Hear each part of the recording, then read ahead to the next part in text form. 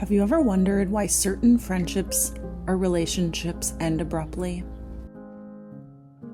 Or perhaps you've seen patterns within your relationships, similar experiences repeating themselves over and over. The only thing really changing is the face of the person it's happening with. When I really started to deepen my self-awareness, I began to recognize that in so many of my relationships, the same experiences kept happening, almost like an echo. Why were certain things repeating themselves? And why did it feel so painful when people suddenly disappeared from my life? From a human perspective and my own experience, I believe the answer to these questions is both lack of awareness and our attachments to people, places, and things.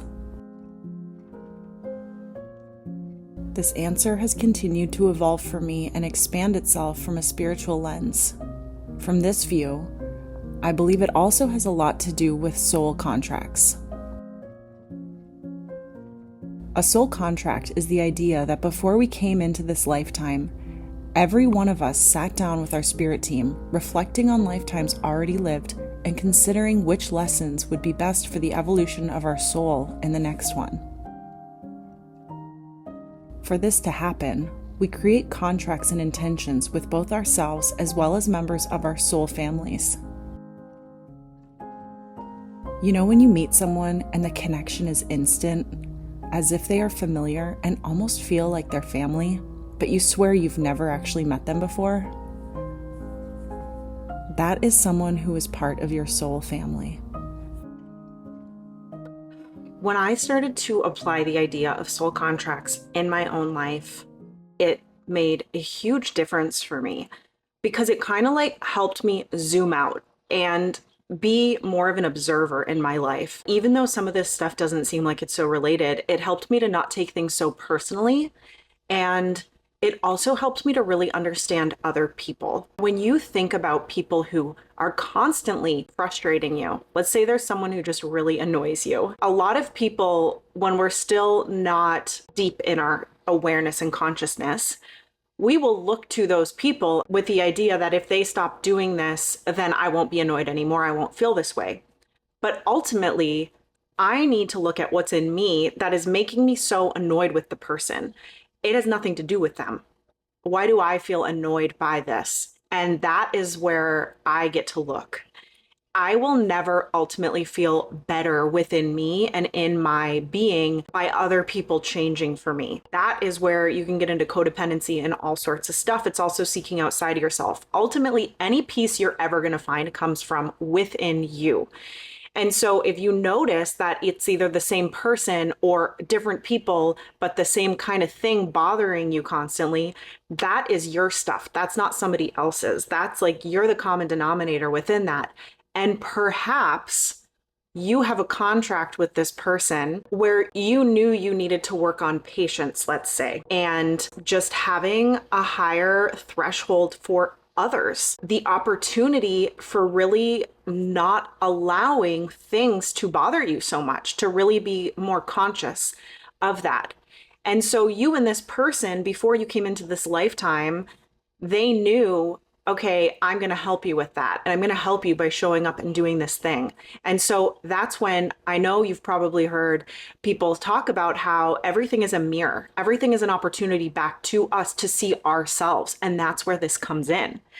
I also believe with the idea of people coming into our lives and then feeling like they just really suddenly disappear. This is within a contract, let's say, before we come into this lifetime. When we're making these plans with the other soul, we know that, okay, I'm going to come and show up for you during this time. I'm going to help you with this lesson. I'm going to help you love yourself more. I'm going to help you increase your self-respect, increase your self-awareness. I'm going to help you learn how to really heal a broken heart. And so a person comes into your life and it is powerful and loud and disruptive, whatever it is for you, but it's very obvious.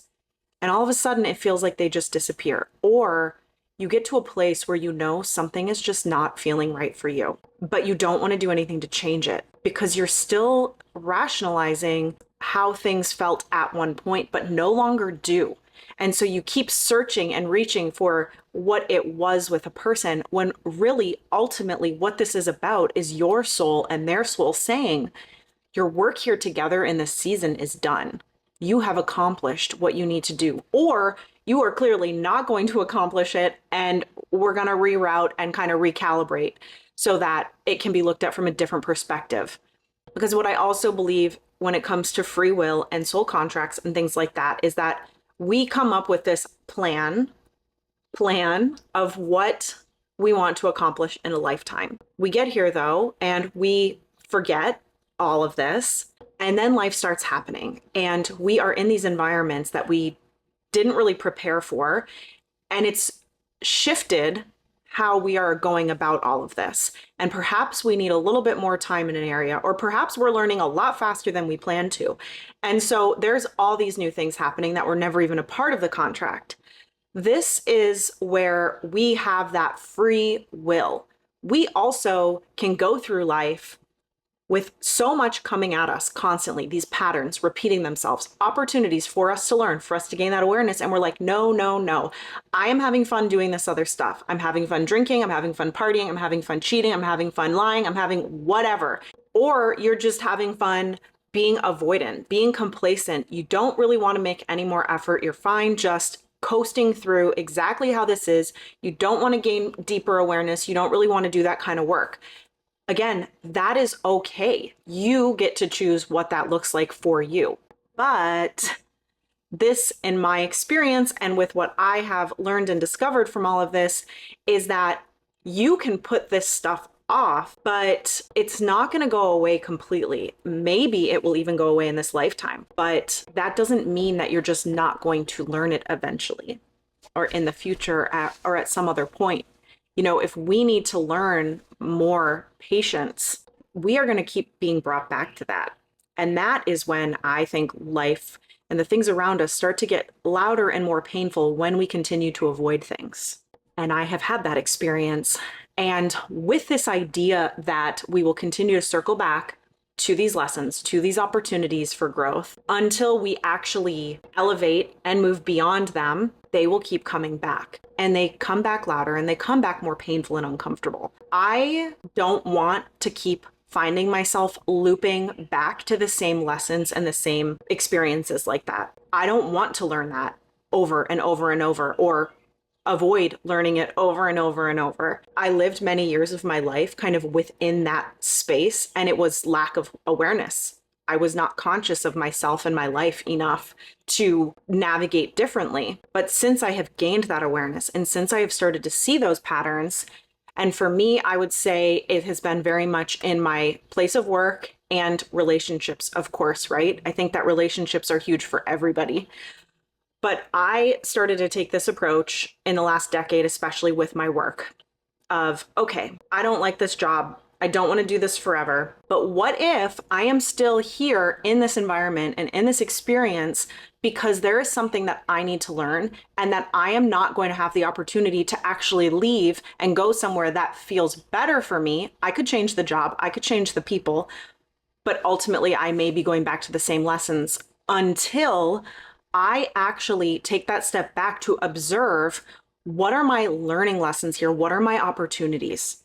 I want to evolve. I want to evolve past these patterns. All of these people are here helping us, supporting us, just like you are supporting other people in your life.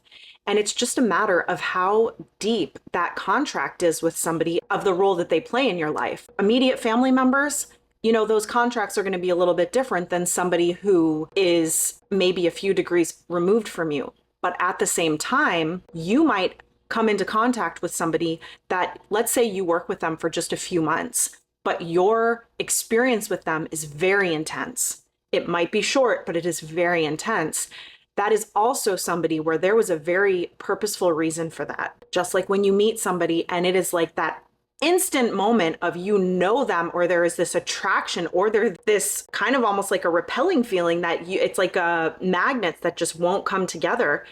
All of this these are clues for us of, okay, what is my opportunity here? What is my lesson here? I kind of said a lot, and I may have said it a little bit quickly, but these topics just really, I just resonate with them so much, and I get really excited about it. And I hope that if there's anything you take from this, and no matter how many times you've considered this, just really starting to see those patterns in your own life. And when a person, a relationship, an experience feels like it's being suddenly removed from you, to really release your grip and allow it to happen, to be in flow. I used to have this little mantra that I would say all the time. I'm trying to think of it now. It was like a little prayer that I would say to the universe, especially at the beginning of my sobriety when I was really navigating a lot at once, was setting the intention with the universe to just help me loosen my grip so that anything that is no longer serving me can gently be removed, and that it can be replaced with whatever is going to be of my highest alignment. And that helped me so much because, again, like I really think that a lot of the pain that we feel and experience is due to attachment, to the idea that things are supposed to last forever, that feel good, and that things that don't feel good need to end immediately.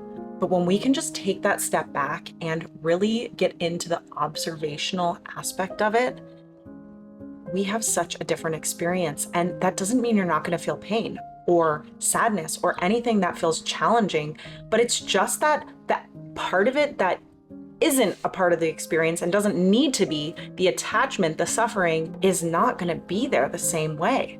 And that is what is beautiful. And eventually it won't be there at all. Being open to the consideration of other ideas than those that I and many of us were raised on, like soul contracts, has been pivotal in expanding my awareness and consciousness. By simply living openly enough to consider that there is so much more beyond what my 3D egoic experience can comprehend, my life and how I feel has become so much more expanded. And truthfully, when I started learning about soul contracts in multiple lifetimes and approaching it all with humility, that there is just so much more possible, it all seemed to just make so much sense to me. You being here and sharing this experience with me, and us connecting on a topic like this, can only mean one thing.